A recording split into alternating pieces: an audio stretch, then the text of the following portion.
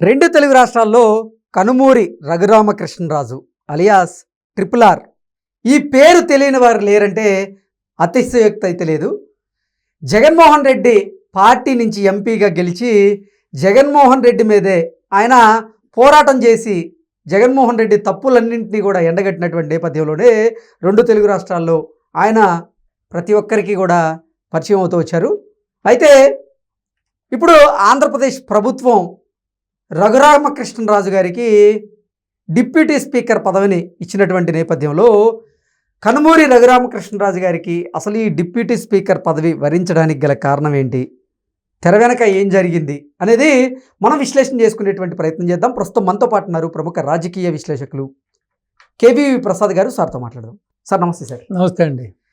కనుమూరి రఘురామకృష్ణరాజు గారు alias triple are, ఈయనకి ఇప్పుడు చంద్రబాబు గారు డిప్యూటీ స్పీకర్ పదవిని కట్టబెట్టారు.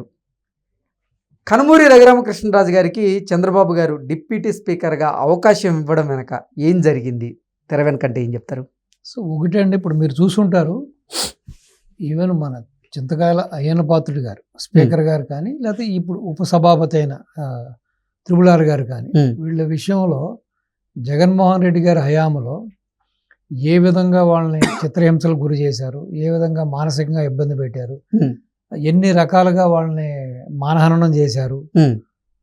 ఈవెన్ అంత సీనియర్ లీడర్ అయిన అయ్యన్న పాత్రుడిని కూడా ఏదో 1 ఇంచో 2 ఇంచో ఏదో డీవియేషన్ ఉందని చెప్పి ఇల్లు ఆల్మోస్ట్ ఆ కాంపౌండ్ వాళ్ళంతా పగలగొట్టి అర్ధరాత్రి కాడ ఏదో ఆయన ఏదో పెద్ద తీవ్రవాది అయినట్టు, పెద్ద నక్సలైట్ అయినట్టు, లేకపోతే ఏదో ఒక ఉగ్రవాది అయినట్టు ఇంట్లోకి పోలీసులు చొరబడి అరెస్ట్ చేసిన ఉదాంతం కానీ ఆయన్ని ఇబ్బంది పెట్టిన చూసాం. కోకొల్లలు అనేక సందర్భాల్లో అంత సీనియర్ లీడరు, అంత వయసున్న నాయకుడిని అర్ధరాత్రి కాడ తిప్పుకుంటా తీసుకొచ్చి కనీసం అరెస్ట్ చేసినట్టు కూడా చూపించకుండా కుటుంబ సభ్యులందరినీ టెన్షన్ పెట్టి, అలాగే ఆయన కుమారుడైన విజయ్ గారిని కూడా ఇక్కడ ఆయన ఉంటున్న అపార్ట్మెంట్కి వచ్చి ఎంత భయభ్రాంతులు చేసి, చిన్న ఇంట్లో పసిబిడ్డలు ఉంటే పసిబిడ్డలను కూడా భయభ్రాంతులు చేశారు. సో అదేవిధంగా రఘురామరాజు గారు ఎపిసోడ్ తీసుకుంటే, రఘురామరాజు గారు అదే పార్టీ నుంచి ఎంపీగా గెలిచిన వ్యక్తి నర్సపూర్ నుంచి. సో ఇతను మొట్టమొదటిగా రఘురామరాజు గారు ఎక్కడ ఆయన మీద బావుట ఎగరేశారంటే, తిరుమల తిరుపతి దేవస్థానం విషయంలో అక్కడ ఆగమ శాస్త్రాలకు విరుద్ధంగా కొన్ని పనులు, కొన్ని అవినీతి పనులు, అలాగే కొన్ని ఆగమ శాస్త్రాలకు విరుద్ధంగా వాళ్ళు చేసే ఈ యొక్క పూజలు పునస్కారాలు, ఆ దైనందిక ఈ వ్యవహారాల్లో కూడా ఈయన తిరుగుబాటు ఎగరేయడింది. ఆ తర్వాత రెండో అస్త్రం ఏంటంటే తెలుగు భాష మీద పూర్తిగా తెలుగు భాషని కనుమరుగు చేసి కేవలం ఇంగ్లీష్ మీడియాలు పెట్టాలి, ఇంగ్లీష్ భాషను తీసుకురావాలి, మాతృభాషకు అన్యాయం జరుగుతుంది. సో ఈ 2 అంశాల మీద ఆయన మాట్లాడడం జరిగింది. సో దాన్ని కూడా వాళ్ళు కూడా ఒక పాజిటివ్గా తీసుకోకుండా రఘురామరాజు మీద కావాలని చెప్పి అవాకులు చవాకులు మాట్లాడుతూ ఢిల్లీలో కూడా ఆయనకి ఏదో ఇచ్చిన పోస్టింగ్ని కూడా మళ్ళీ దాన్ని వెనక్కి తీసుకోవడం, ప్లస్ అక్కడున్న ఎంపీలందరినీ కూడా ఈయనకి సహకరించకుండా కూడా చేయడం, సో ఆయన అగౌరవపరచడం ఇవన్నీ కూడా చూసాం. విజయసాయి రెడ్డి ఏ విధంగా అయితే అతన్ని అవమానపరిచాడు చూసాం. ఇంకా ఆ తర్వాత ఆల్మోస్ట్గా నేచురల్గా ఎవరికైనా అహం దెబ్బతింటుంది కాబట్టి రఘురామరాజు గారు కూడా ఇంకా పూర్తి స్థాయిలో వాళ్ళ మీద యుద్ధం ప్రకటించడం జరిగింది. రచ్చబండ అనే కార్యక్రమాన్ని చేపట్టి, సో వైసీపీ ప్రభుత్వం అలాగే జగన్మోహన్ రెడ్డి యొక్క అనుచరులు, జగన్మోహన్ రెడ్డి యొక్క సహచర మంత్రులు చేస్తున్న దురాఘాతకాల గురించి కానీ, అన్యాయాల గురించి కానీ, అక్రమాల గురించి కానీ, ల్యాండ్ శాండ్ మైన్ రూపంలో వాళ్ళు చేస్తున్న అవినీతి అక్రమాల గురించి కూడా ఆయన వాటిని ఏకరువు పెడుతూ వాళ్ళని ఎండగడతాం మొదలుపెట్టారు. సో అది పూర్తిగా తారస్థాయికి వెళ్ళిపోవడం జరిగింది. తారస్థాయికి వెళ్ళిపోయిన తర్వాత కనీసం రఘురామరాజు గారి మీద నియోజకవర్గంలోకి అడుగు పెట్టకుండా ఆయన ఏ విధంగా ఇబ్బంది పెట్టారు, గత 5 ఏళ్లుగా ఆయన అసలు అడుగు పెట్టకుండా ఏ విధంగా పెట్టారు, అదేవిధంగా ఆయన మీద ఎన్ని రకరకాల బూటపు కేసులు పెట్టారో చూసాం. అదొక ఉదాంతం అవుతే, ఆ తర్వాత కార్యక్రమంలో మనకు తెలుసు, ఏదో పుట్టినరోజు సందర్భంగా ఢిల్లీ నుంచి వచ్చి ఆయన ఇంట్లో ఉంటే ఆయన్ని అది bypass surgery, open heart surgery చేయించుకున్నాడు. ఆయన మేజర్ సర్జరీ అది. అది కూడా ఇక్కడ కూడా కాదు, బాంబేలో ఒక ఫేమస్ డాక్టర్ దగ్గర చేయించుకున్నాడు. ఎందుకంటే రిస్క్ ఫ్యాక్టర్ ఎక్కువ ఉంది కాబట్టి ఇటువంటి రిస్క్ ఆపరేషన్ చేయడంలో వాళ్ళు చాలా ప్రవీణులు కాబట్టి అక్కడ చేయించుకున్నాడు.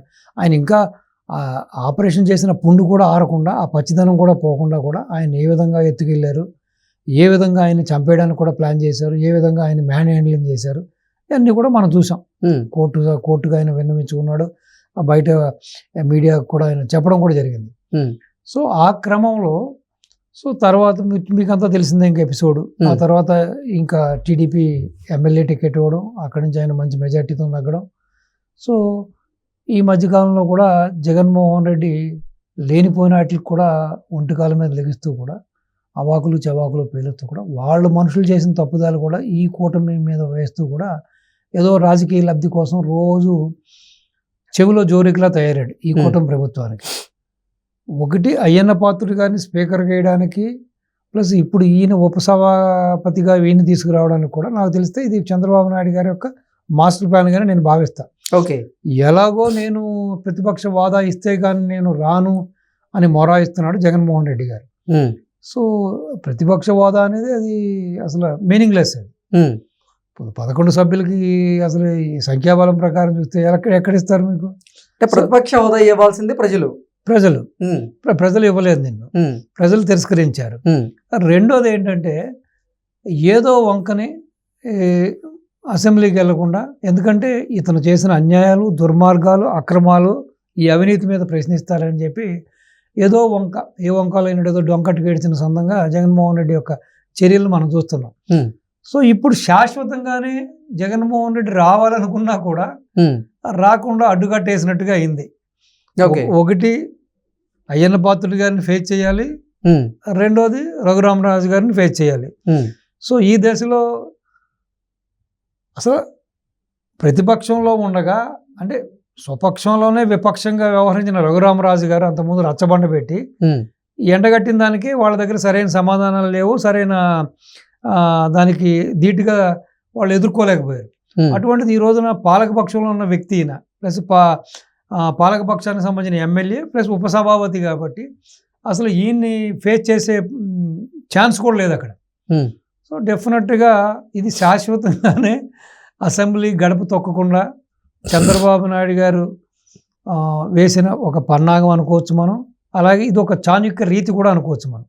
సో డెఫినెట్గా ఇటు అయ్యన్న పాత్రుడు గారితో ఇటు ఈయనతోటి కూడా చెక్ పెట్టినట్టుగా అయిపోయింది. సో నాకు తెలిసి ఫ్యూచర్లో జగన్మోహన్ రెడ్డి అసెంబ్లీ గడప తొక్కుతాడనేది మాత్రం నాకు సందేహమే. సో వీళ్ళిద్దరినీ సంధించాలి. రేపొద్దున ఈయన వేసే చెలోక్తులకి, లేకపోతే ఈయన వేసే ప్రశ్నలకి, ఈయన చేసే ఖండనకి అతను ఏ విధంగా ఫేస్ చేస్తాడు, అట్లీస్ట్ ఈయన ఫేస్ని ఏ విధంగా ఫేస్ చేస్తాడు అన్నది కూడా ప్రశ్నార్థకం కాబట్టి. సో డెఫినెట్గా ఇదేంటంటే మరొక్కసారి చంద్రబాబు నాయుడు గారి యొక్క తన చాణక్య పరిణితికి, ఆయన యొక్క చాణక్య నీతికి, ఆయన యొక్క రాజకీయ విజ్ఞతకి, ఆయన రాజనీతికి ఇది ఒక ఫైనెస్ట్ ఎగ్జాంపుల్.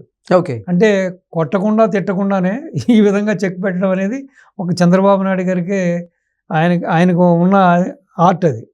సో డెఫినెట్గా ఒక మనిషిని దూషించక్కర్లేదు, ఒక మనిషిని హింసించక్కర్లేదు, లేకుండానే మానసికంగా ఈ విధంగా వాళ్ళని ఫేస్ చేయడానికి సిగ్గుతోటి తల ఉంచుకునే విధంగా వేసిన ఎత్తుగడ భాగం అనుకుంటున్నాను నేను.